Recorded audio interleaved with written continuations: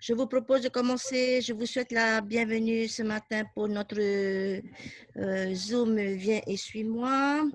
On va donc commencer par une prière comme on a l'habitude de faire et c'est moi qui vais offrir la prière. Voilà. Notre Père Céleste, nous voulons te dire que nous sommes tellement heureux d'être vivants, d'être en bonne santé, de pouvoir interagir avec notre famille, nos amis et avec le monde à travers la nouvelle technologie.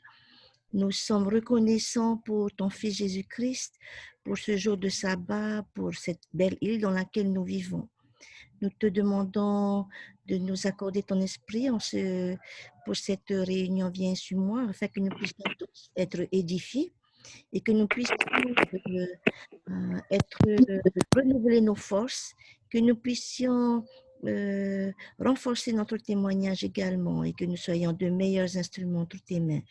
Nous te remercions pour toutes tes nombreuses bénédictions et nous te disons que nous t'aimons. Au nom de Jésus-Christ, Amen. Amen. Voilà. Alors, d'abord, je vous remercie. Attendez, voilà, d'être là. Bien, aujourd'hui, nous allons parler de 3 personnages, si vous voulez bien. D'accord? Parce qu'on va commencer en fait à parler pendant les 20, jusqu'à la fin du livre d'Alma. Les chapitres sont vraiment consacrés à la guerre. D'accord? Et donc, vous savez qu'à un moment, Alma avait dit, non, Mormon avait dit,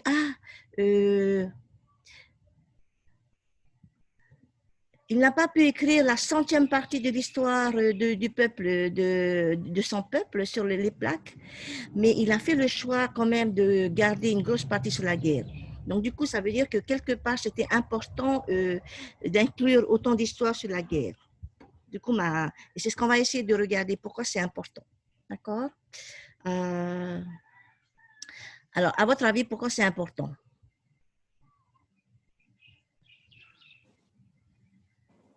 Alors, je suis déjà avancée dans ma lecture, hein, et en fait, dans les Écritures, on peut faire eux là-bas, nous aujourd'hui, nous avons la même chose, nous avons aussi des guerres, mais pas des guerres civiles, des guerres contre un ennemi que l'on connaît bien. Et donc, les techniques que Moroni utilise, on peut aussi les adapter à nous pour nous fortifier spirituellement. Magnifique. Ok, super. Merci Hinano. Voilà, ok. Donc, en fait, c'est exactement ça. Et voici ce qu'il a dit Ezra Taft Benson. Le livre de Mormon nous apprend comment les disciples du Christ vivent en temps de guerre. D'accord? Ça, c'est important. Et c'était important aussi. Et lorsqu'on parle de guerre, on peut parler pas simplement de guerre, mais de temps troublé, d'épreuves, de temps d'épreuves, et comme elle a dit aussi, Hinano, de nos guerres spirituelles. Ça, c'est tous les jours. OK? Donc, voilà. Et donc, j'ai décidé de vous proposer 3 personnages qui s'opposent dans ces passages-là. Et chaque personnage représente un personnage clé. D'accord? Donc, voilà. Si vous vous rappelez bien, et d'ailleurs, je vous ai envoyé les Écritures à lire pour aujourd'hui pour que ça facilite. Donc, on va parler de Amalikia. Donc, tout le monde, alors, je pense que tout le monde commence à connaître Amalikia. N'oubliez pas Amalikia. C'est un néphite ou lamanite? Un néphite. Voilà. Alors, Amalikia, c'est un néphite dissident et qui va donc, par des stratagèmes, devenir le roi des Lamanites. Et la particularité de Amalikia, c'était qu'il était encore plus, comment dirais-je, virulent, mais il était encore plus, comment dirais-je, contre les Néphites que les Lamanites, ok? Ensuite, on a le capitaine Moroni, d'accord? Et enfin, on va parler aussi d'un autre chef qui s'appelle Léontie. Si vous avez lu les Écritures, vous savez maintenant, chacun de ces personnages représente quelqu'un. Qui représente-t-il? Par exemple, Amalikia. À qui on pourrait comparer Amalikia?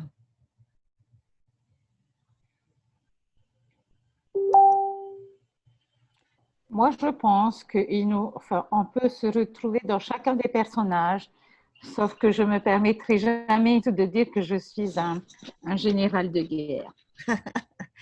Ok, on pourrait effectivement se retrouver. Ah, ben c'est clair qu'on pourrait se retrouver. Hein?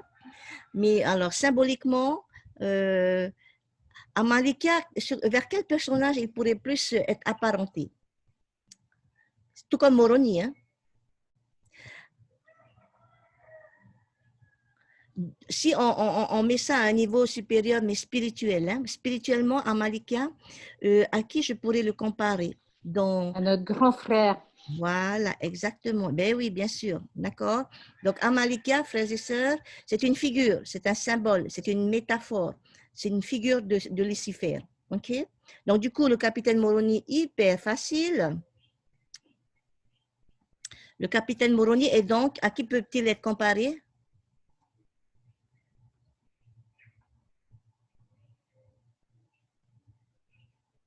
Ben, à l'autre frère, bien sûr. D'accord. Donc, Moroni. Voilà. Et je dirais également, à tous les prophètes qui ont pu nous guider en ces derniers temps. D'accord, ok, super, oui, tout à fait. Et capitaine Moroni, il est la figure du Christ et effectivement, il pourrait être apparenté aussi, enfin, c'est aussi le symbole du prophète, de l'homme juste et du dirigeant juste. Hein? Ok. Et du coup, il y a le dernier, le commandant en chef Léonti. À qui est-ce que symboliquement on pourrait l'apparenter? Qui il représente? À nous. Pourquoi? À nous. Voilà, exactement.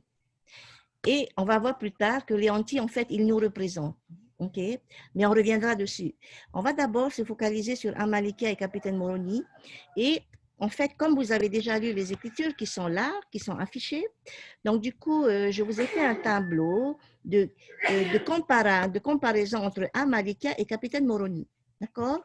Parce que comme ça, on a fini cette partie-là et on ira sur d'autres choses. Parce que ce n'est pas la partie la plus importante sur laquelle on va s'attarder, n'est-ce pas?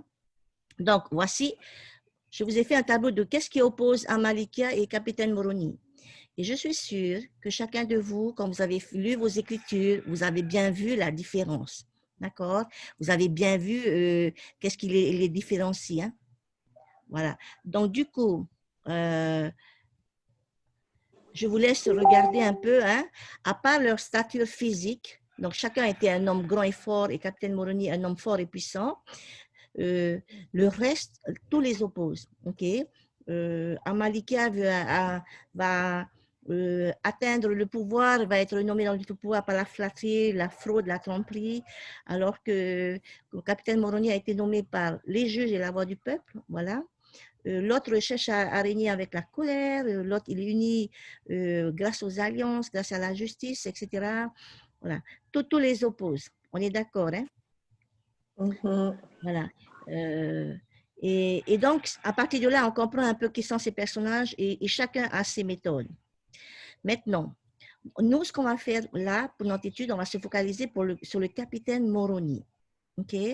Donc, et on va aller regarder, effectivement, qu'est-ce qu'il a de particulier, capitaine Moroni? Pourquoi est-ce que Mormon, il a vraiment tellement apprécié capitaine Moroni? En quoi Moroni est-il un exemple puissant? Parmi toutes les plaques d'or les plaques qu'il avait à abréger, Mormon, il est tombé sur Moroni. Alors, tout le monde connaît Alma 48-17, en tout cas, allez regarder ce verset-là. Et après, on va réfléchir pourquoi est-ce que le Mormon, le prophète historien, il a une admiration infinie pour le capitaine Moroni. Voilà. Sachez que, et là je vous ai mis, Mormon, il a tellement été en admiration sur le capitaine Moroni, il a d'abord choisi de lui consacrer plusieurs chapitres. Rien que là, il y en a 10. Ensuite, il a nommé son fils d'après le capitaine Moroni. Donc, c'est pour ça que Moronis, le fils de Mormon, s'appelle Moroni.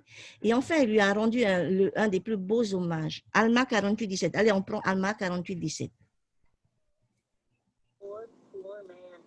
there anything we can do to help you? There is one thing.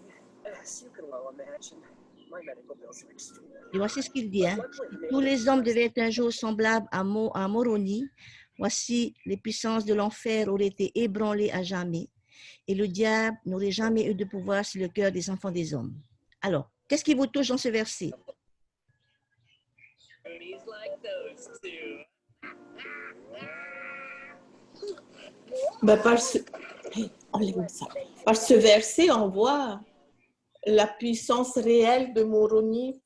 Ben oui, mais où est la puissance de Moroni? Elle est spirituelle. C'était un homme qui a toujours recherché avec humilité l'aide du Seigneur. Il n'a jamais fait avec sa propre sagesse. Il réfléchit peut-être, hein, mais il demande toujours conseil au Seigneur. Il demande au Seigneur l'aide dont il a besoin pour pouvoir protéger le peuple contre les ennemis. D'accord. OK. Alors, concrètement, il y Euh, a... Oui, Oui, non, moi je dirais tout que Mormon, il compare son fils comme, comme l'ennemi même de Lucifer, OK. à tel point que il a un fort témoignage que même l'enfer ne pourrait tout ébranler la foi de Moroni. Même l'enfer ne pourrait tout s'abattre sur Moroni. OK. Tellement il croit en Moroni, tellement il voit et tout la puissance de Moroni et la puissance de sa foi. Super, exactement. Alors, c'est ça. Alors, on va s'appuyer là-dessus. Ce verset-là, en fait, il résume tout ce qu'on peut connaître sur Moroni, sur le capitaine Moroni. OK? Alors, et c'est exactement ça. Au-delà de ses qualités de fin stratège, il y a une chose qu'on doit retenir de Moroni, du capitaine Moroni, hein, d'accord? Et c'est marqué, il a ébranlé les puissances de l'enfer. OK? Il a été quelqu'un de tellement puissant qu'il a réussi à... Lui, avec ce qu'il fait, il a attaqué Lucifer et son royaume. Il ne s'est pas contenté de défendre. Et c'est ça qui est important, c'est que grâce à son action, les puissances de l'enfer ont tremblé devant Moroni. Et c'est ça l'hommage, en fait, et c'est sur ce détail-là, sur cette partie-là, c'est pas un détail, sur cette information importante que l'on va s'appuyer aujourd'hui dans notre leçon, c'est qu'il a ébranlé les puissances de l'enfer. Il a fait trembler les fondations de l'enfer. Il a secoué les pouvoirs de l'enfer. C'est ce qu'il a fait, Moroni, en fait. Et il nous montre comment il fait, d'accord? Et ça, c'est important. Alors, en fait, Moroni, il est en train de nous faire une belle leçon. Vous vous rappelez qu'on a parlé des antéchrists? Les antéchrists, c'est ceux qui vont ébranler notre foi. Shirem, Nehor, Korihor, on se souvient d'eux. Aujourd'hui, il faut qu'on se souvienne qu'il y a une personne, Moroni, le capitaine Moroni, que Mormon a dit que c'est celui qui a fait ébranler les puissances de l'enfer. Ça, c'est magnifique. Donc, nous aussi, la leçon aujourd'hui, elle va porter sur ça. Nous aussi, la leçon qu'il nous envoie, Moroni, capitaine Moroni, c'est « Je peux renverser la situation. Nous pouvons ébranler les pouvoirs même de l'enfer. » Ça, c'est magnifique. Et c'est ça, la puissance même de Moroni. Et je pense que c'est pour ça que Mormon tenait vraiment, frères et sœurs, à ce que l'on garde autant de passages, non pas sur les détails sanglants, non pas sur la stratégie militaire, mais davantage sur... en quoi la puissance du capitaine Moroni a pu ébranler les puissances de l'enfer. Donc, on va aller regarder. On est d'accord? On va aller regarder comment on a fait. Parce qu'on est tous curieux et on veut savoir, mais alors, qu'est-ce qu'il a fait Moroni pour ébranler les fondations de l'enfer? OK? Donc, je vais vous donner quelques versets. L'idée derrière, frères et sœurs, c'est que moi aussi, aujourd'hui, c'est ce que disait Hinano, on a des passerelles. Comment je peux non seulement rester ferme, mais aussi attaquer les fondements de Satan, les fondements du pouvoir de l'enfer. Je pense qu'on a tous envie de faire ça. Et c'est la beauté, moi je pense, c'est la beauté de ce passage sur Capitaine Moroni. Donc, je vous ai donné, alors, bien évidemment, on pourrait chercher plein de détails, hein, Miama. Je vais en garder 9 là. Vous avez 9 versets. Si vous voulez les écrire avant, parce qu'une fois que ça va passer, vous n'allez plus les avoir sous les yeux. Mais ces 9 versets, ce sont des extraits pour montrer comment est-ce que Moroni va ébranler les fondations de l'enfer et comment nous aussi, on peut faire. OK? Parce qu'aujourd'hui, frères et sœurs, nous sommes là. Amen, ça a quitté. Vous voyez quelque chose là? Oui, le début. Ah, on a le détail de ton PowerPoint. Et vous n'avez plus le... Mais pourquoi ça... Attends. Oui, mais mon écran, qu'est-ce qu'il fait? Moi, je vois plus mon PowerPoint en fait. Sinon, on le voit, il faut que tu relances ton diaporama. Tu vas sur diapo, voilà. Va sur diapo là où tu étais. Ah, ok, ça y est. Voilà. Ok, ok, on y va. Alors, du coup... Non. Je te vois, plein écran. Ben oui, parce que... Bon, j'ai un petit souci. Pourquoi je sais pas...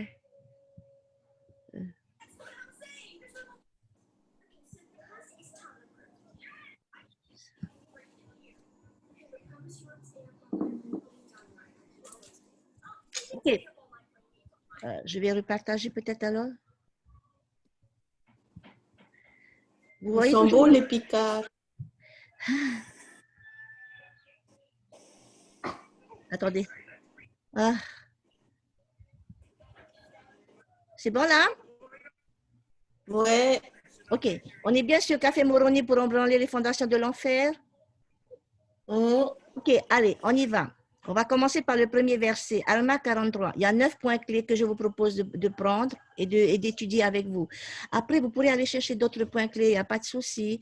Mais bon, on est pris aussi par le temps. Allez, on y va. 43, 23. Qu'est-ce qu'il fait de spécial dans ce verset-là? Il cherche à être guidé par le prophète. Ok, merci Hinano. La question et la réponse est incomplète. Ah. Non, mais c'est très bien, mais c'est incomplet.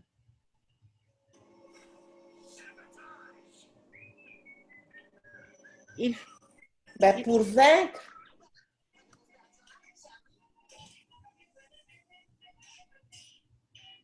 Mais ça a l'air d'être un détail, mais c'est vraiment important. En fait, il y a deux choses qui sont importantes dans ce verset-là. 2 points clés. Le premier point, frères et sœurs, c'est que Moroni envoie des espions surveiller le camp de l'armée ennemie. OK? Ah. En fait, le premier point clé, c'est qu'il fait tout ce qui est en son pouvoir et à son expertise dans son travail. D'accord? Et donc, le deuxième point, c'est ce que tu dis, Hinano, il demande au Seigneur de l'aider sur ce qu'il doit faire. Donc, il s'appuie sur le Seigneur pour l'inspiration et l'aide divine. On est d'accord? Donc, il fait deux choses. Frères et sœurs, parfois, ce qui est important... Il n'attend pas, oui, il attend pas que ça soit le Seigneur simplement qui fasse ça. Il fait sa part des choses. Magnifique. C'est ça qu'il faut comprendre, frères et sœurs. Quand on veut ébranler les fondations de l'enfer, il n'y a pas que la prière et que Dieu me pourvoira, n'est-ce pas? Parfois, nous comptons trop l'un ou sur l'autre. C'est soit on compte trop sur soi-même, soit on compte trop sur le Seigneur. Et là, Moroni est en train de nous montrer l'équilibre. D'accord?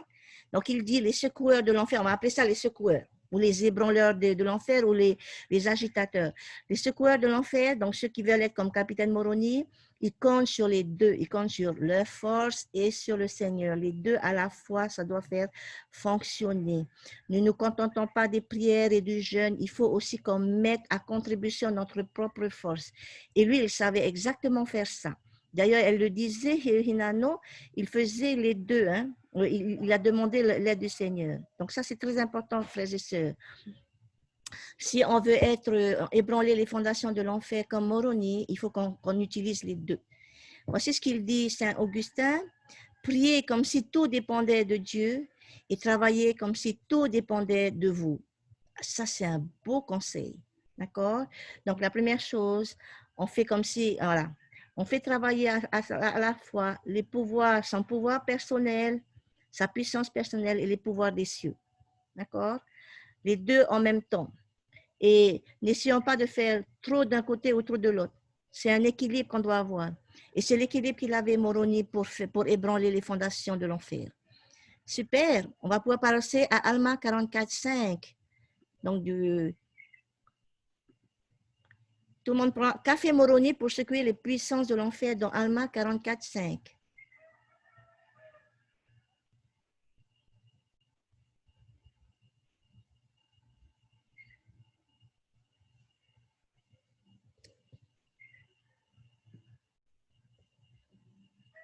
Alors, il y a des réponses?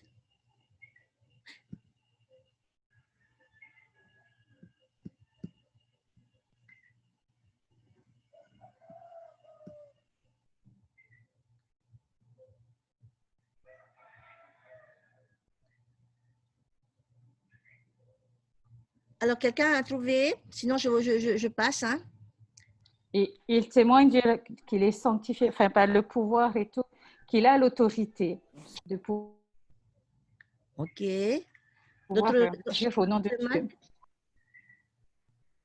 D'autres remarques?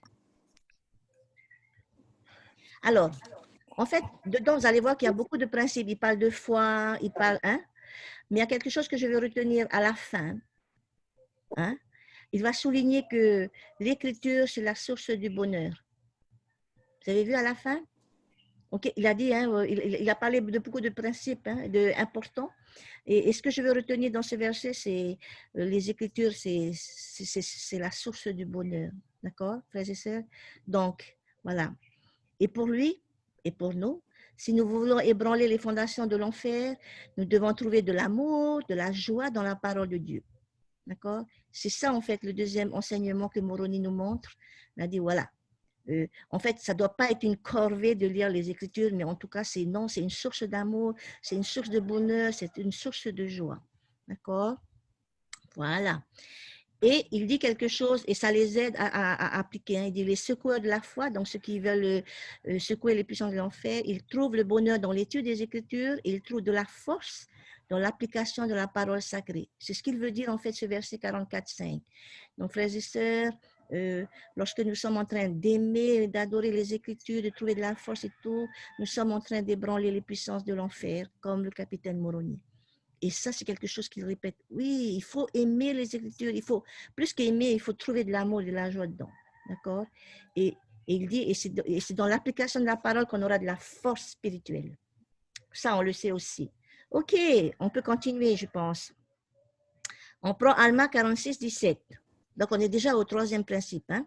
Donc, le deuxième principe, c'est trouver du bonheur dans la parole de Dieu. Donc, du coup, la Alma 46.17. Qu'est-ce qu'on peut retenir de ce verset?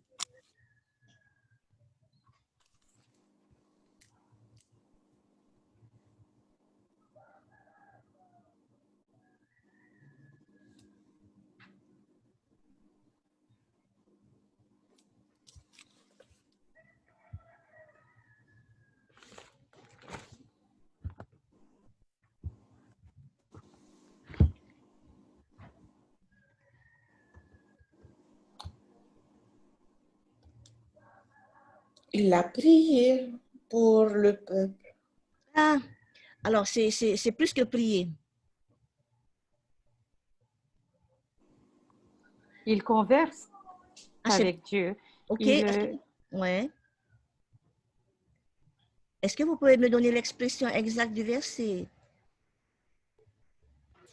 La cause des chrétiens. Voilà. Il déverse son âme. Voilà. Exact. Ah, 17, pardon, j'étais au 16. Ah, OK, alors. Non seulement il a dit ses prières, hein, mais il a déversé son âme. C'est ça, je pense qu'il y a une différence. Si on nous fait le détail, entre le 16 et le 17, il y a déversé son âme, c'est pas par hasard, en fait. Hein? Okay? Il ne Oui, c'est plus que prier. Il déverse. En fait, déverser son âme, en fait, on nous dit, le détail, c'est que les prières de Moroni sont capables de secouer l'enfer. Elles sont tellement puissantes. Il déverse son âme. Il y a des choses qui se disent avec le Père Céleste qui font que c'est tellement puissant que c'est sa choix. Voilà. Moroni est en train de montrer par ce verset, hein, il déverse son âme, qu'il a un lien solide entre lui et le Père Céleste, entre lui et le ciel. Ok? Il est en train de montrer qu'il accomplit en quoi la prière peut apporter de la puissance à son action. Ok? Et en fait, il nous montre que non seulement il a de l'endurance physique, non seulement c'est un bon stratège et un bon chef militaire, mais surtout qu'il a de l'endurance spirituelle. Oh, c'est magnifique ça. D'accord? Et en fait, on n'est peut-être pas Inès, elle disait, je ne suis pas général de guerre, non, mais on est en tant que dirigeant, en tant que responsable d'un foyer, voilà, il nous montre comment est-ce que la prière doit être aussi, doit faire partie des éléments de puissance personnelle, voilà, en faisant des déversements de l'esprit. Je sais que je peux témoigner que lorsque je déverse mon âme, et c'est souvent, malheureusement, c'est souvent quand on a des soucis à affronter que du coup on déverse. Les autres fois, on ne fait que des prières. Mais je sens, quand je déverse mon âme, l'amour de Dieu qui m'entoure. Et je sens vraiment comment il répond. Et je suis plus, comment dire, alignée sur l'esprit. Je reçois mieux les réponses. Donc voilà. Donc frères et sœurs, la troisième façon pour secouer l'enfer, c'est de déverser son âme à Dieu dans une vraie prière. La meilleure façon, c'est d'utiliser la prière pour secouer les fondations de l'enfer. Et si on fait ça, on sera en fait en train de s'aligner sur le capitaine Moroni. Donc voilà, ça c'est important. Donc ça c'est le troisième principe. Hein. Après allier sa force à celle de Dieu, après les Écritures comme source de bonheur, il y a la puissance de déverser son âme à Dieu. D'accord? Pas simplement, au-delà de la puissance de la prière, c'est la puissance de déverser son âme à Dieu. Ok. Oh, non. Oui. Oui, ça fait penser à la prière dans le jardin. Ah oui. Ah oui, merci, merci. Elle est super belle. D'ailleurs, je vous invite à la relire dans Jean 17, la prière dans la prière dans les jardins de Gethsemane. Magnifique. Exactement. Il a déversé son âme, Jésus-Christ. Hein? Oui, magnifique. Merci. Merci pour ce rappel. On peut continuer alors. Alma 48, 7. Allez chercher les petits détails. Vous savez comment je suis, hein? Je vais aller chercher des petits détails qui paraissent insignifiants, mais qui justement font la différence de la puissance de Moroni. Allez, continuons à avoir les moyens d'ébranler les fondations de l'enfer. Que nous dit 48.7?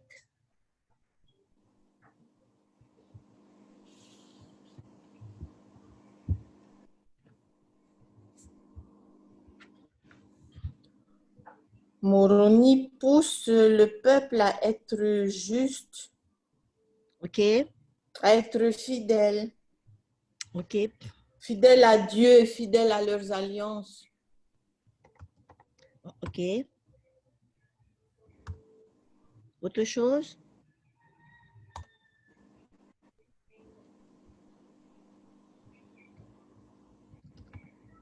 Les autres?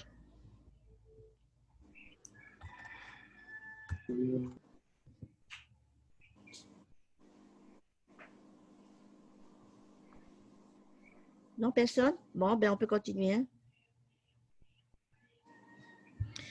Voilà. Donc, merci. Voilà.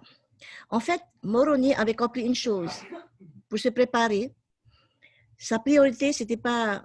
Le plus important, c'est pas les exercices militaires, c'est pas la planification des manœuvres de guerre, c'est pas l'entraînement physique. Il avait compris une chose, il a dit, pour se préparer à la guerre, le plus important, c'est la préparation spirituelle. Ok? Et c'est ça qu'on doit comprendre aujourd'hui, c'est la foi avant de se battre. C'est ça qu'il voulait qu'on comprenne. Son message, c'est ça, dans ce verset. C'est la fin. Il avait préparé l'esprit du peuple à être fidèle. Donc, frères et sœurs, si je veux agiter ou secouer les fondations de l'enfer, il faut que je fasse de la préparation spirituelle une priorité. D'accord? mon esprit a besoin d'avoir les forces nécessaires pour, avant que ça arrive, pour pouvoir affronter les temps difficiles. D'accord? C'est pas quand l'épreuve arrive que c'est là que je me prépare. C'est là où on va vraiment, comment dirais-je, dériver. D'accord? Prier, jeûner, étudier les Écritures, c'est de la préparation spirituelle. C'est ton numéro, ça? D'accord? Ok, OK? Donc, et parce que j'ai prié, j'ai jeûné, j'étudie les Écritures, j'écoute les prophètes, je peux prendre des décisions au moment, avant même que je sais dans ma tête comment je vais réagir. D'accord? Vous voyez, en fait, c'est toute une... c'est tout un travail, cette préparation qu'on nous demande de faire, les prières, le jeûne, la lecture des Écritures, aller au temple, voilà. On a l'impression que mais ce sont les moyens de se préparer. C'est ça qui va faire que lorsque la pluie, la tempête va arriver dans notre vie, on sera prêt à affronter. D'accord? Donc, la quatrième façon d'ébranler les fondations de l'enfer, frères et sœurs, c'est de se préparer spirituellement. Aujourd'hui, tous les jours, tous les jours. Je lisais, en fait, je lisais l'entraînement d'un marathonien. Le marathonien, il dit que, en fait, tous les jours, il faut courir un peu, un peu, un peu, parce que c'est ça qui va faire que tu vas accumuler de la force physique. C'est pareil pour la force spirituelle. Tous les jours, il faut prier, jeûner, étudier, aller au temple, etc., pour pouvoir devenir fort spirituellement. Et le moment venu avec la tempête, il n'y a rien qui va vous faire bouger. C'est clair. OK? Et Moroni, il voulait que son peuple comprenne ça. D'accord? N'attendez pas la guerre pour vous préparer, c'est maintenant. OK, on continue. Le verset suivant, cinquième élément que capitaine Moroni partage avec nous, c'est 48.9. Alors, qu'est-ce qui est important et qu'est-ce que vous avez, qu'est-ce qu'on peut retenir de ce verset? Il est magnifique ce verset. Il a l'air de rien. Hein? Moi, ça m'a fait penser quand je lis et tout sur les pages de chaque paroisse, comment dire, les visites pastorales. Oui. Ils vont également fortifier chaque famille. Magnifique. Super, exactement ça. Oui. D'autres personnes veulent compléter alors dans ce 48.9? Alors, je vais vous poser une question. Il fait un constat. Qu'est-ce qu'il fait comme constat, Moroni? Et qui a un rapport avec nous finalement, ce constat.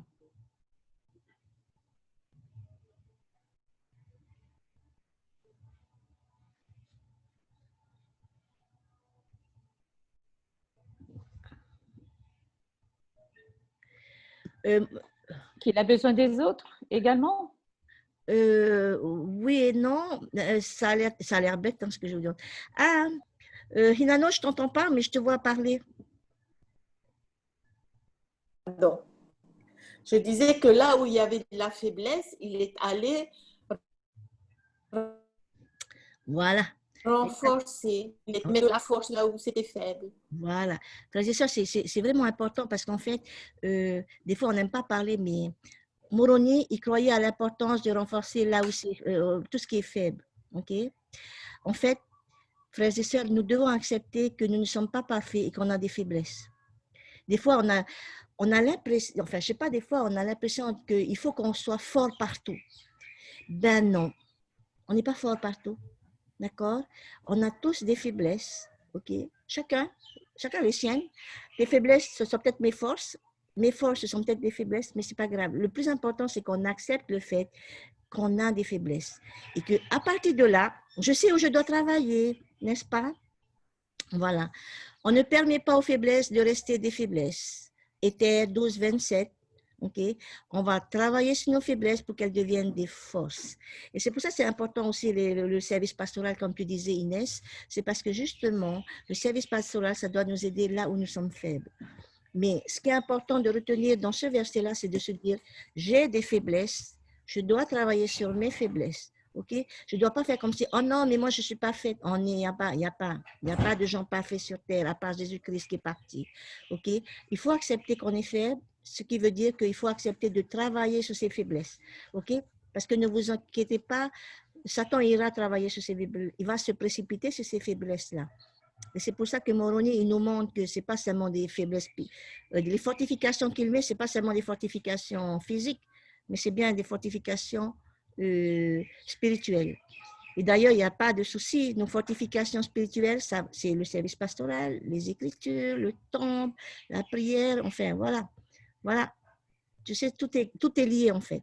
Mais ce qui est important, c'est pour ça que je trouvais important ce verset, de parler quand même de nos faiblesses. Voilà. Si on veut secouer les fondations et le pouvoir de l'enfer, frères et sœurs, il faut changer nos faiblesses en force. OK? Il ne faut pas hésiter. Voilà. OK? Allez, on y va. Vous voyez comment... Et en fait, ce qui est bien, c'est que on sent, tu vois, cette force spirituelle. Hein? On n'entend pas que ça se passe, vraiment. On est proactif, frères et sœurs. Et j'aime bien ces petits conseils qu'ils nous donnent, c'est pour montrer à quel point les choses sont tellement liées pour ébranler les fondations de l'enfer. OK? Frères et sœurs, ça ne va pas passer comme ça, nos faiblesses. Il faut être proactif, il faut s'y mettre. OK? Allez, on continue. 48-11. Qu'est-ce qu'on pourrait retenir de 48-11?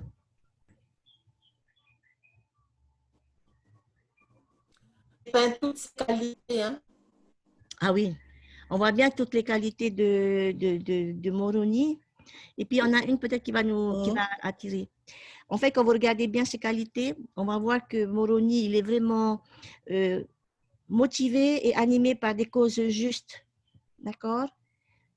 La façon dont il agit, la façon dont il réfléchit, c'est que des causes justes. On ne peut pas dire, ah non, là, je ne suis pas d'accord avec lui. Et c'est ça exactement. Il y a des choses sur lesquelles, par rapport à Malika, lui, il n'est pas motivé par la célébrité, par la popularité, par le pouvoir, par l'argent, la haine ou la vengeance. Au contraire, lui, il est motivé par des idéaux plus élevés comme la connaissance de Dieu, la liberté et le bien de son prochain. D'accord? Donc voilà, frères et sœurs, lorsqu'on veut secouer ou ébranler les fondations de l'enfer, on doit être motivé et animé par des causes justes. OK? On doit être partout en train, occupé à faire que des causes justes. OK? Et occupé à se battre pour la connaissance de Dieu, pour la liberté de son peuple, pour le bien de son prochain. Donc voilà, on est des gens actifs dans des causes justes. OK? Donc voilà, ça aussi c'était Moroni, c'est ce qui l'animait, c'est une des façons pour lui de d'ébranler les pouvoirs de l'enfer. Bien, il ne nous reste plus que quelques-unes. Alors le numéro 7, septième conseil, Alma 48-12. OK. Alors, qu'est-ce qu'on va retenir sur Alma 48-12 qu'on n'a pas déjà dit, hein? Alors, on a parlé...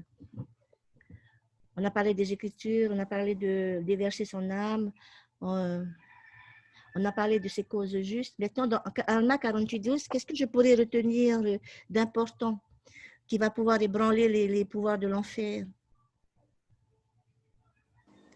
Gonflé d'action de grâce envers Dieu. OK, super. Super. Alors, il y a deux choses peut-être. Il y a deux choses qu'on va retenir, j'aime bien, pour compléter la réponse donc, de Hinano. Il était alors, la première chose, le cœur de Moroni était gonflé de remerciements. Donc, il était reconnaissant. D'accord? L'autre chose, c'était quoi? Est-ce que vous pouvez regarder? Cherchez vite.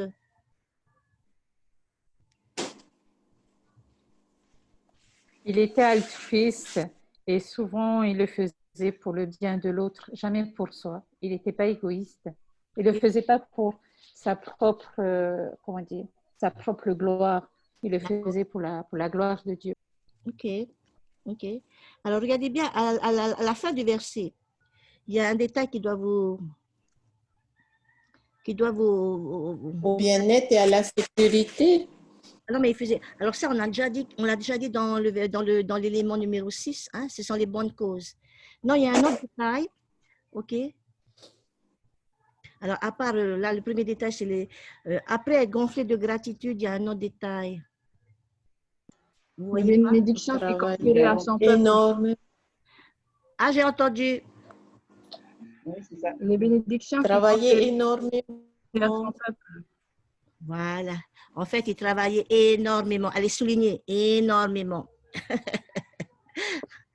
Si on veut secouer les pouvoirs de l'enfer, on doit être des travailleurs acharnés, Miama. On doit être des gens qui sont en train de bosser tout le temps. On doit énormément travailler pour le bien-être des autres. On doit mettre beaucoup d'ardeur au travail. OK? Donc voilà. Il est beau ce verset-là parce qu'il y a deux choses hein, pour pouvoir ébranler les fondations de l'enfer, les pouvoirs de l'enfer. Avoir toujours un cœur gonflé de gratitude et aussi travailler. Alors voilà. Frères et sœurs, dans l'Église, on ne veut pas de serviteurs paresseux, on ne veut pas non plus de serviteurs à moitié. Hein. On veut être des gens qui soient zélés, hein, qui soient... alors, pas simplement, alors j'aime bien dans 58-27, non seulement on travaille énormément, mais on n'a pas besoin de dire, hein, on est en pilotage automatique. Et c'est ça qui est beau, voilà.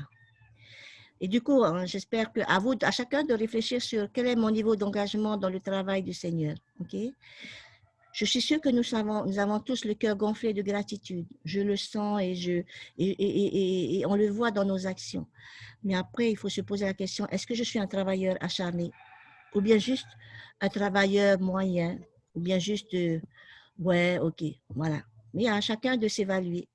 En tout cas, Moroni, s'il a pu ébranler les pouvoirs de l'enfer, c'est parce il travaillait énormément. Est-ce que vous vous rendez compte que non seulement il était chef militaire, mais il avait une attitude de chef spirituel.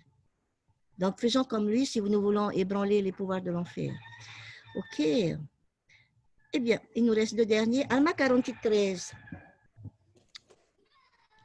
Alors, qu'est-ce que c'est? Même dans sa foi. Oui, alors c'est bien. C'est là qu'il fallait retenir. Il était ferme dans sa foi au Seigneur Jésus-Christ. OK? Et c'est le titre de la leçon d'ailleurs, hein? Ferme dans la foi au Christ. Frères et sœurs, il faut être ferme. On a une foi ferme, solide en notre Rédempteur. Vous vous rappelez de l'image de l'arbre? On a un arbre, il faut faire pousser la graine. Je ne sais pas à quel niveau est votre jardin, mais lorsque vous devez faire pousser un arbre qui résiste au vent, à l'adversité, à la tentation, au doute, à toutes les tempêtes spirituelles qui puissent arriver. Okay? Bon, attends, hein, on va plier. L'arbre, il peut plier, mais il va pas se casser. Donc voilà. C'est ça un des éléments clés du pouvoir de Moroni pour ébranler les fondations de l'enfer. Avoir une foi ferme dans le Seigneur, une foi solide. Et enfin, un dernier peut-être point sur le 48-16, sur Moroni.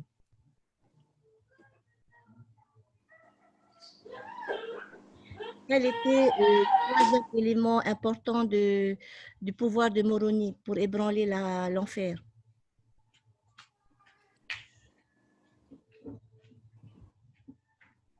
Ben, on parle de sa foi.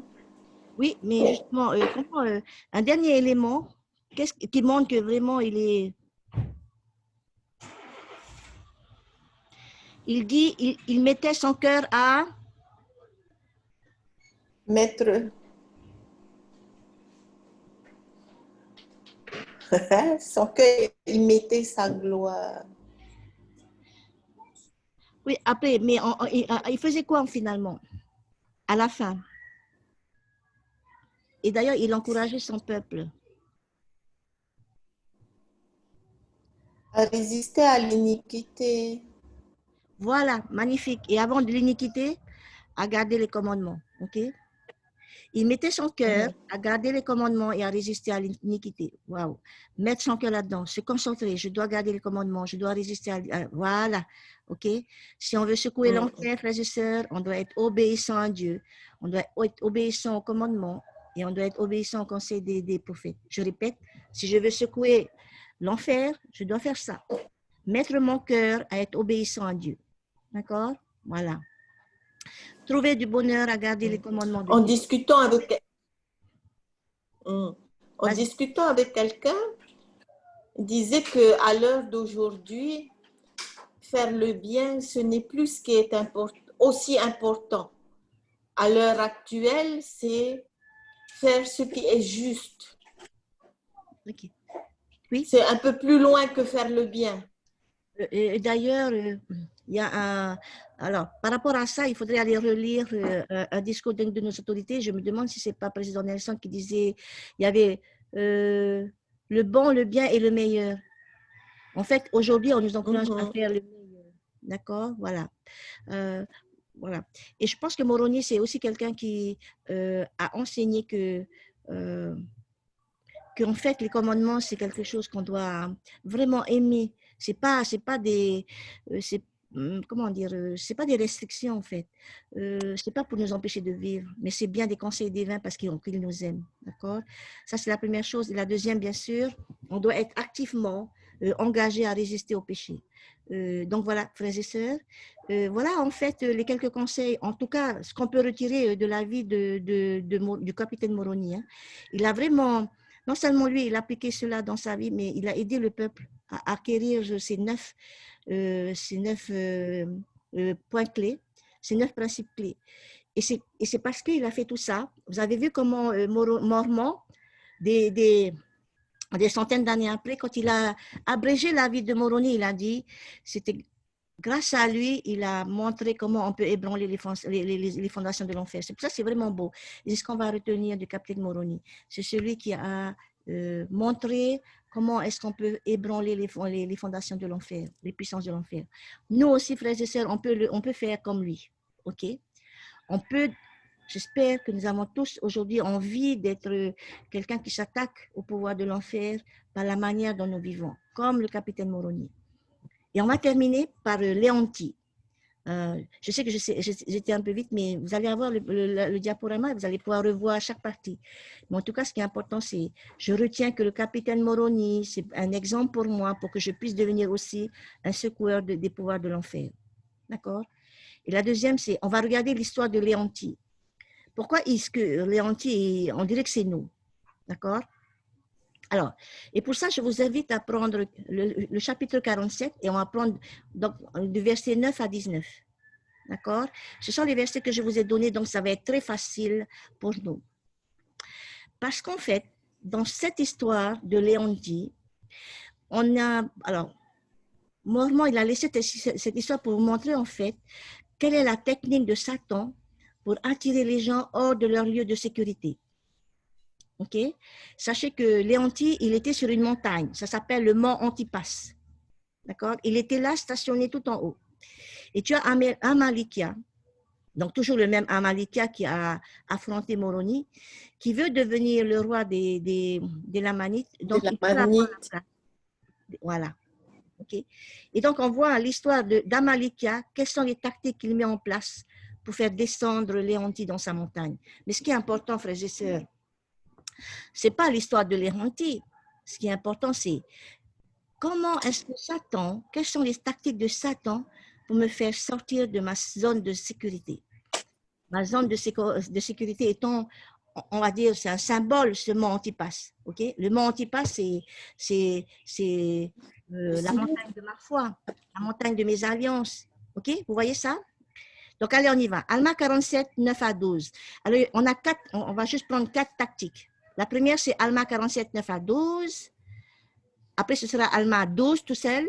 Après, Alma 47, 13, 16 et Alma 47, 18, 19. On y va sur le 9, 12.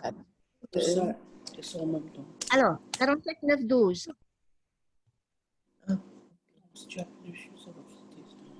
Qu'est-ce qu'on peut retenir rapidement de Alma 47, 9, 12? Là, on parle d'Amalikia ou de Léontie? D'Amalikia. Quelle est la tactique utilisée par Amalikia ou par Satan pour nous faire sortir de notre zone de sécurité? Pour nous faire descendre de notre mont Antipas?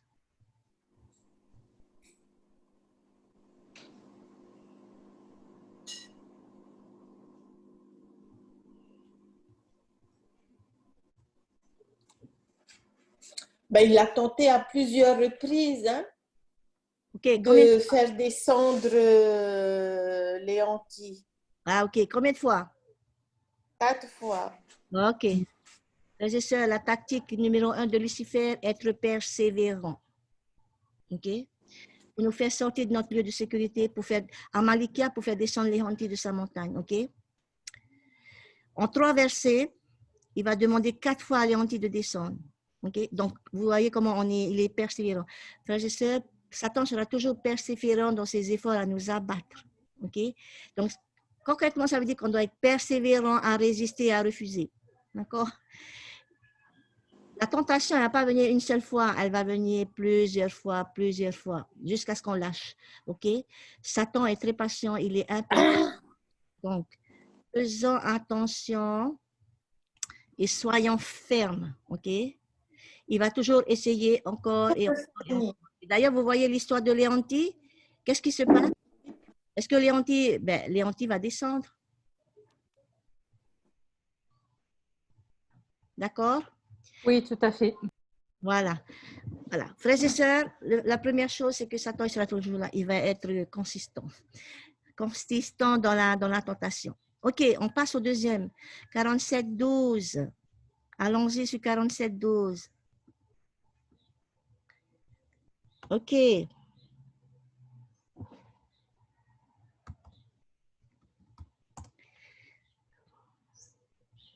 Qu'est-ce qu'on pourrait retenir de ce verset 12?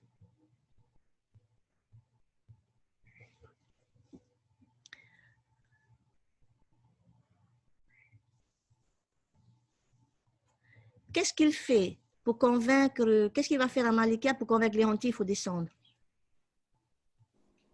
Il est monté lui-même. Ah, il est monté lui-même. OK, exactement. Mais attention, hein, j'aime bien, il n'est pas monté, il n'est pas allé jusqu'en haut, hein. Il se rapproche. Voilà, il Il sera. devient voilà, pour montrer tout qu'il n'est pas une menace. Voilà, exactement. Alors, vous avez vu comment il dit, bon, comme il ne veut pas descendre, il monte, il se rapproche, et puis il demande, voilà, j'ai fait, là, je me suis rapproché, viens parler avec moi. Voilà. Et ce qui est bien, il met l'autre en confiance, n'est-ce pas, frères et sœurs? Pareil avec Satan, frères et sœurs. Il travaille comme ça avec nous, je pense. Voilà, voilà. En fait, C'est ça, roi. c'est de nous faire descendre de la pente tout en douceur. D'accord? Pas d'un coup. Frères et sœurs, il sait, Satan, qu'il ne peut pas nous amener à commettre un grand péché. Non, du jour au lendemain, on ne peut pas faire le péché spectaculaire. Parce qu'on a dans notre esprit, on est déterminé, on est courageux à la fois. Par contre, il va essayer de se rapprocher, de faire un petit peu, de nous montrer, de faire un peu de compromis. Tu vois, il dit à Léontine, non, mais tu es en haut, mais là, je ne suis pas loin. Est-ce que tu peux venir quand même là où je suis? OK? Donc, en fait, c'est exactement la tactique de Satan. Il veut nous amener dans des parties un peu, pas sombres, mais grises, un peu grisées, dans les parties un peu limites. Il veut nous amener à la limite entre le bien et le mal. Et il veut nous amener le plus près de lui. D'accord, frères et sœurs? Voilà. Et donc, l'idée derrière, c'est non, n'acceptons pas de descendre même un tout petit peu du mont Antipas. OK? Voilà. Parce que c'est sa technique. Il veut nous faire descendre un tout petit peu. D'accord? Et je pense qu'on va voir quelques exemples. Comment est-ce qu'on fait pour descendre un tout petit peu? Comment on fait pour descendre la pente en douceur, tout en douceur? En voyant les choses en gris et pas complètement en noir. En voyant les choses en gris, ouais, tout à fait. OK. Quoi d'autre? Alors, eh bien, en faisant des petites choses qui ont l'air anodines, mais qui vont nous aider à descendre la pente. Je vais vous donner un exemple. En se disant, ah, la prochaine fois, je vais demander pardon. Oui, voilà, on fait et je vais me repentir après. Merveilleux, ça c'est bien. C'est une façon de descendre un petit peu. OK? Par exemple, il peut nous encourager à ne pas être malhonnête, mais de temps en temps, on a besoin de mentir ou de tricher un peu au début. Vous voyez, c'est que des choses, je veux dire, c'est tellement minime, on se dit, oh, mais c'était tout petit, c'est pas grave. Mais c'est pas grave, ça va devenir une habitude et après, ça va devenir un poison, OK? Par exemple, voilà, peut-être que ça ne concerne pas la pornographie, mais non, parce qu'il va dire, mais petit à petit, il va nous inciter à regarder des images provocantes, Et puis petit à petit, on veut chercher des choses un peu plus explicites, etc. Et c'est comme ça que, vous voyez, on commence par des petites choses. C'est ça, en fait, descendre un tout petit peu. Ou D'accord? à rendre les choses banales. Voilà, tout à fait. Rendre les choses banales. C'est-à-dire, ouais, ben, j'ai fait une fois, c'est pas grave, je pourrais faire une deuxième fois. Dans le langage aussi, frères et sœurs, de temps en temps, ben, peut-être qu'on fait pas attention et on s'aperçoit qu'on dit des mots vulgaires. Et si on fait pas attention, petit à petit, il y en aura de plus en plus. Ça deviendra de plus en plus fréquent. Mais des fois, ça commence que par une petite chose. D'accord? Bon, vous voyez en fait. Hein? Et puis, on peut nous inciter à négliger notre étude des Écritures, nos prières, notre assiduité à l'Église. Et petit à petit, sans qu'on le sache, on devient complètement inactif. Voilà. Eh bien, c'est exactement ça. Léontie, c'est tu descends un peu. Amalika, il a bien compris. Hein. Il a dit, tu descends un peu simplement et puis voilà. Et quand tu descends un peu, si tu ne fais pas attention, tu ne vas plus remonter en fait. Tu vas faire que descendre. Hein. D'accord? Et c'est ça, on sait très bien, hein, quand on va sur les water slides, quand on glisse, c'est plus facile de descendre, mais alors pour remonter, c'est dur. Hein, d'accord? Et voilà toute la tactique de Lucifer, c'est « mais je te demande de descendre juste un tout petit peu, pas beaucoup ». Et quand tu descends un peu, ben c'est là qu'il va commencer à t'attaquer pour descendre complètement. Waouh, qu'est-ce qu'il est puissant, hein? Voilà. Ok, on prend le verset suivant, Alma 47, 13, le troisième verset, la troisième technique. Alors, qu'est-ce qu'on peut retenir de ce verset? De 13 à 16. Donc, qu'est-ce qui va se passer? Qu'est-ce qu'il arrive à Malika à faire avec Léontie? Je ne t'entends pas, Hinano, mais je te vois parler. À le convaincre À le convaincre de quoi faire?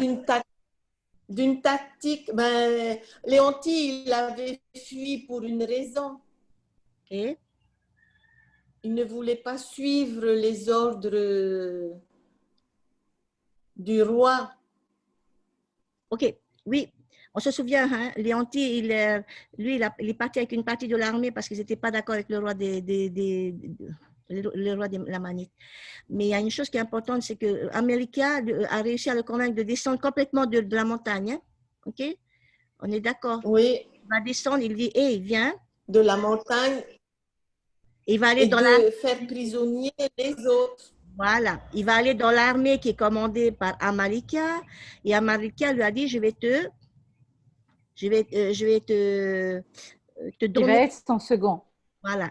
Je vais te donner mon armée, mais je veux juste être le second.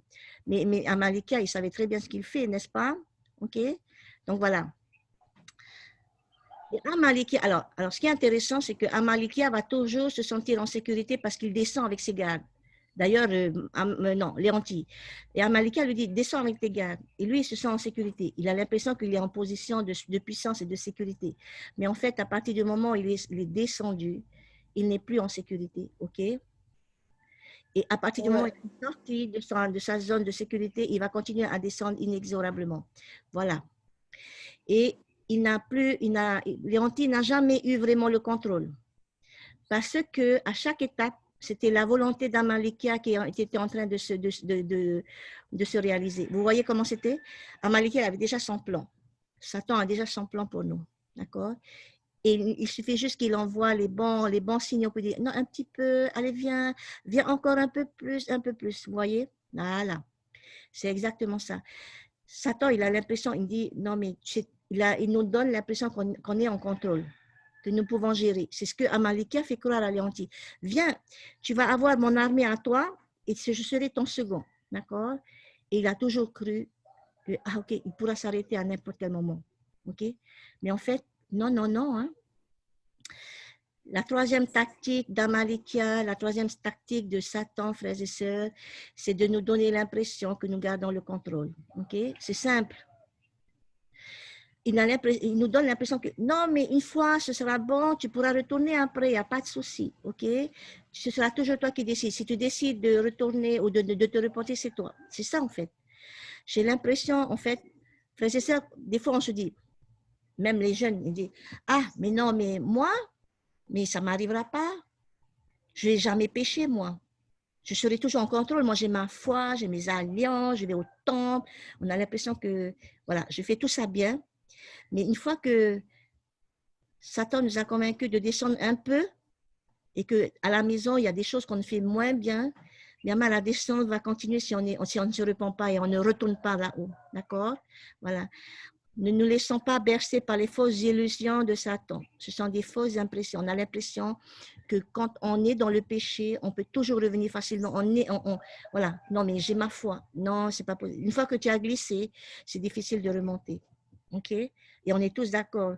Je vais vous donner par exemple des exemples qu'on a l'impression de garder le mien. Voilà. Vous savez, quand on commence à fumer, bien à vapoter, aujourd'hui on vapote, à boire à ce degré, jamais les personnes vont croire, mais un jour je vais devenir dépendant. Vous voyez ce que je veux dire? Les gens ont dit, mais non, mais moi je peux arrêter à n'importe quel moment la cigarette. Je peux m'arrêter de le paquet à n'importe quel moment. Mais finalement, je fais que ça une fois de temps en temps, mais au moment où ils veulent arrêter, ils vont se rendre compte que, ah, mais ils ne sont plus en train de contrôler. Hein. Leur appétit a pris le dessus. OK? Leur appétit physique a pris le dessus. Voilà. Et c'est pareil pour tous les autres petits commandements que l'on brise, en fait. Les jeunes, quand ils commencent à sortir trop tôt, à être comme s'ils vivent en couple, ben, ils se disent non, mais non, ça ne va pas nous arriver. On sait c'est quoi la parole de sagesse, de chasteté et tout, mais voilà. Mais le jour où Satan va arriver, il va les faire tomber dans le piège de l'immoralité. OK? Donc voilà, frères et sœurs. Chaque fois, Satan va nous donner l'impression qu'on contrôle ce que nous faisons. Okay? Lorsque, par exemple, je décide d'aller dans, je sais pas moi, dans une fête où il y a que, dans une fête où il y a peut-être que alcool, pas, drogue et tout, je dis non, mais moi, de toute façon, mais je sais qui je suis, ok? Je vais pas boire. Et petit à petit, on va dériver, les amis. Il faut pas si on continue comme ça, on va dériver. Ok? Donc, frères et sœurs, ne nous plaçons pas dans le pouvoir de Satan. Restons là où nous sommes. OK? Et la dernière tactique, très importante, 47, 18, 19, et on va terminer par là. Désolée, c'était très long. J'ai dépassé de 10 minutes. Mais ce n'est pas grave. C'est pas grave. Avec la bénédiction et l'accord de notre bishop, je termine la leçon. Allez, la dernière tactique de Satan. Elle est dans le 18-19. Il l'empoisonne petit à petit. Ah, c'est trop beau ça, hein? Oui, hein, c'est trop facile. Ok, la technique, c'est que pour devenir le chef des armées, il fait Al-Maliki va faire empoisonner par petite dose Léonti qui va ne rien voir. Bien, c'est comme nous. Alors après, on transvase, hein, frères et sœurs. Lorsqu'on choisit comme second commandement Satan, c'est-à-dire lorsqu'on choisit d'aller sur le territoire de Satan, qui va nous dire, c'est toi qui contrôles, moi je suis juste ton adjoint, mais c'est toi. Eh bien, on ne va pas gagner la bataille de la vie, hein. C'est clair. Enfin, on a choisi le pire des commandants en second. Lorsqu'on est dans le péché, c'est comme si on a choisi Satan comme son adjoint, hein, comme son conseiller suprême. Hein. On ne va pas gagner. Mais Satan, il est tellement, comment dire, il travaille lentement, patiemment, petit à petit, petite dose à petite dose, jusqu'à ce qu'il réussisse. Et dans l'histoire, on a l'impression de contrôler tout ça. Hein. Voilà. Frères et sœurs, la dernière tactique de Lucifer, c'est administrer la mort. J'aurais dû mettre la mort spirituelle à petit feu, sans douleur.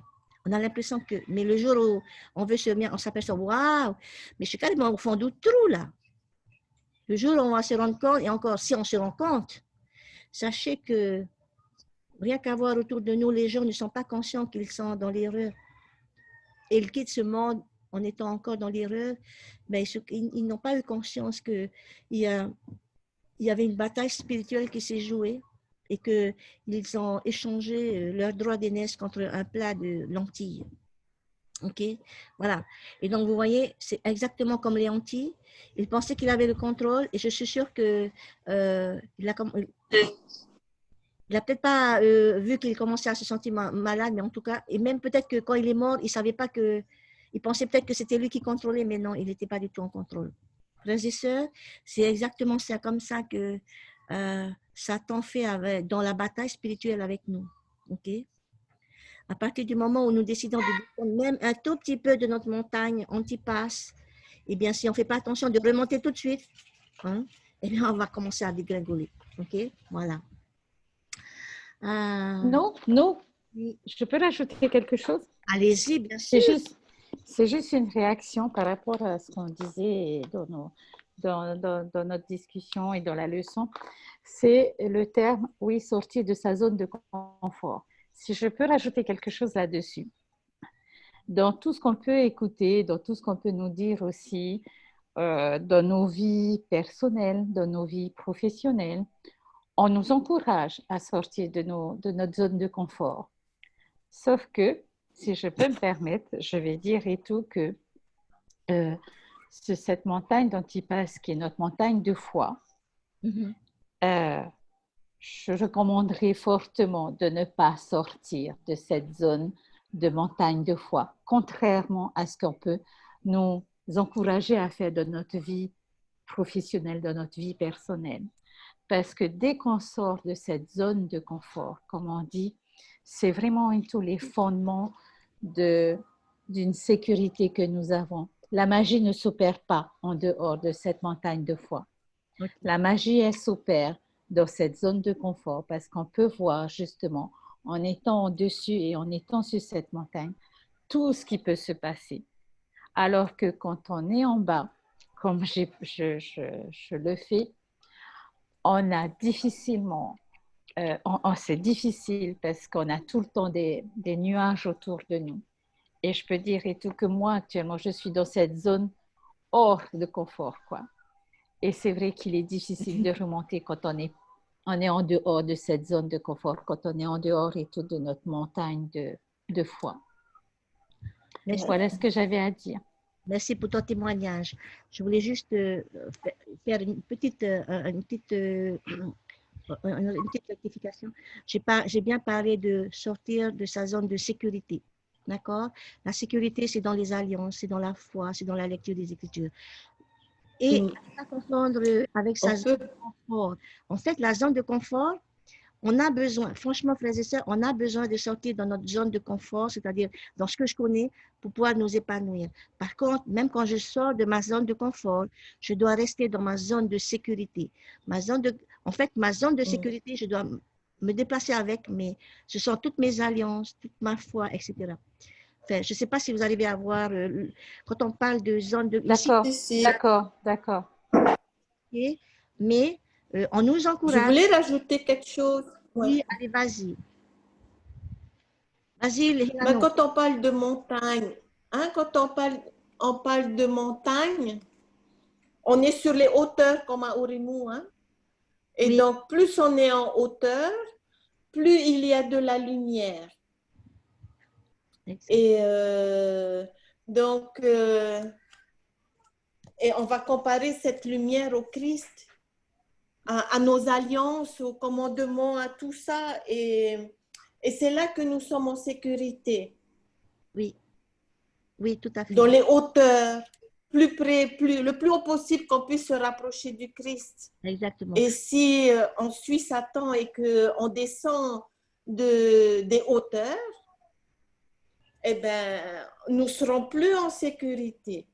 Exactement. Merci. Et c'est comme ça qu'on allait faire. C'est là où je vais terminer. Voilà, il faut être dans les hauteurs spirituelles. Merci. En fait, le symbole, c'est je dois être dans les hauteurs spirituelles.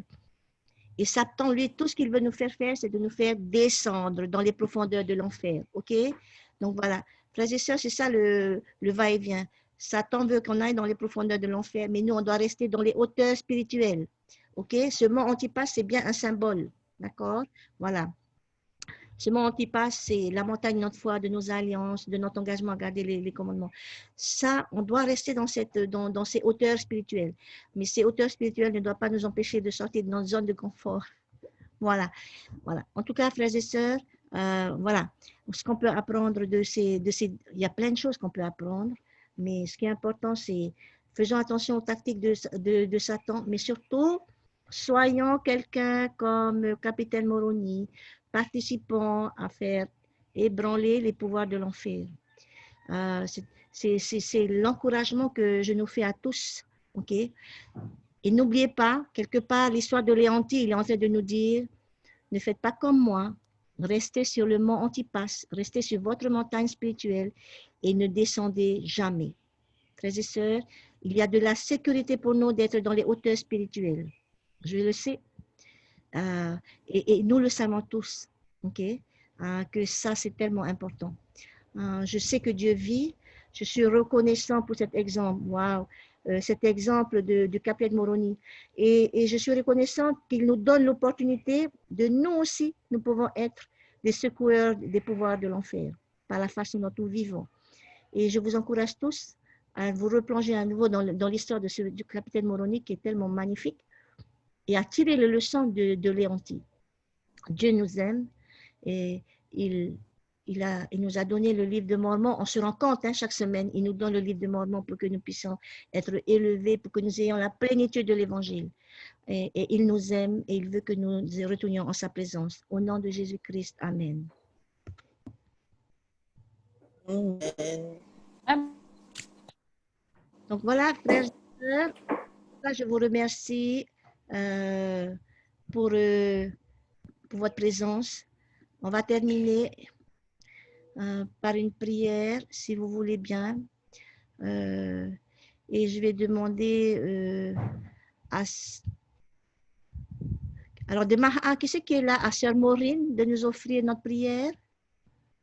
Est-ce que Maureen m'entend?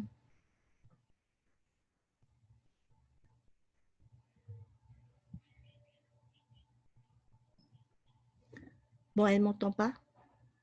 Bon, ben Hinano, tu pourrais nous offrir notre dernière prière alors. Mais tu peux mettre ton micro, je ne t'entends pas.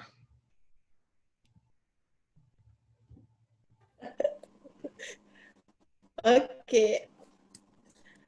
Père éternel, merci pour cette belle journée, pour ce beau jour de sabbat.